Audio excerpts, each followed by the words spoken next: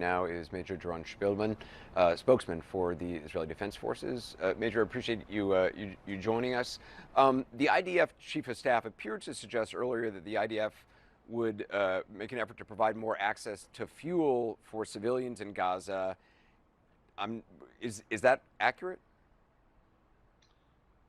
Well, Anderson, as you know, you're in the region. We've done a lot on the humanitarian level. The entire area of southern Gaza, we're doing everything we can to move residents into that area. We're aware of the fuel situation. What we're also aware of is that Hamas has enough fuel in Gaza to take care of the Gazan citizens. They're hoarding more than 1 million liters of fuel. They recently went into a United Nations compound, took fuel that was geared for citizens of Gaza, held by the UN, and they confiscated that fuel along with medical supplies. So Hamas has the fuel. They should be releasing that fuel to the citizens of Gaza. On our behalf, as you know, we're very concerned. Hamas already has fuel. We don't want to give them fuel to fuel their terror efforts. Those efforts affect Israel and they affect the citizens of Gaza. A doctor at Gaza's largest hospital said that it will turn into what he described as a mass grave if it runs out of fuel because of a lack of electricity. UNRWA says that it'll have to halt operations in Gaza Wednesday night if no fuel is delivered to Gaza. What's your response to that?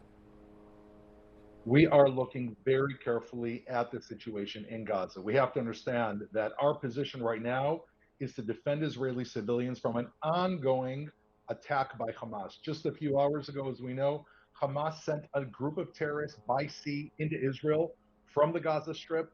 We know we eliminated them. Had they come into Israel, we would have seen more massacre again and again. They weren't coming with a peace offering, Anderson, as we know. They were coming to kill and take more hostages. Hamas is an entity that we have declared has to be destroyed. That is a war that we've launched on Hamas. We're doing everything to try to move civilians out of the way. We have a humanitarian aid corridor. We're watching it very carefully, but we are moving forward with eliminating Hamas. And Hamas, as we know, are putting more and more of these civilians, men, women, and children in harm's way, preventing fuel from reaching their citizens because they have that fuel. The UNRWA should be turning to Hamas that stole the fuel from the UN and demanding that Hamas immediately release that fuel to the citizens of Gaza. I think that would be the correct response. When you're in Israel, it's very easy to forget that there are rockets continuing to come from Gaza to Israel because of the Iron Dome system. It becomes, I mean, it's so reliable that it's easy when you're in Tel Aviv you hear sirens, but you forget there are rockets still being fired. Do you have a sense of how many rockets continue to be fired from Gaza on any given day, or since October 7th, how many have been fired?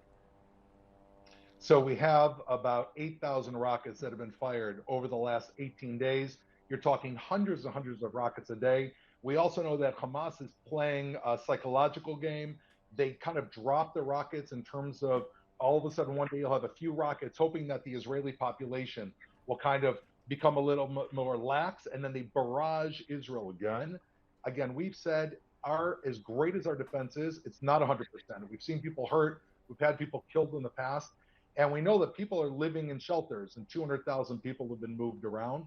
So, yes, you're correct. We have a great system of defense, but any one of those, every one of those rockets is aimed at killing a civilian.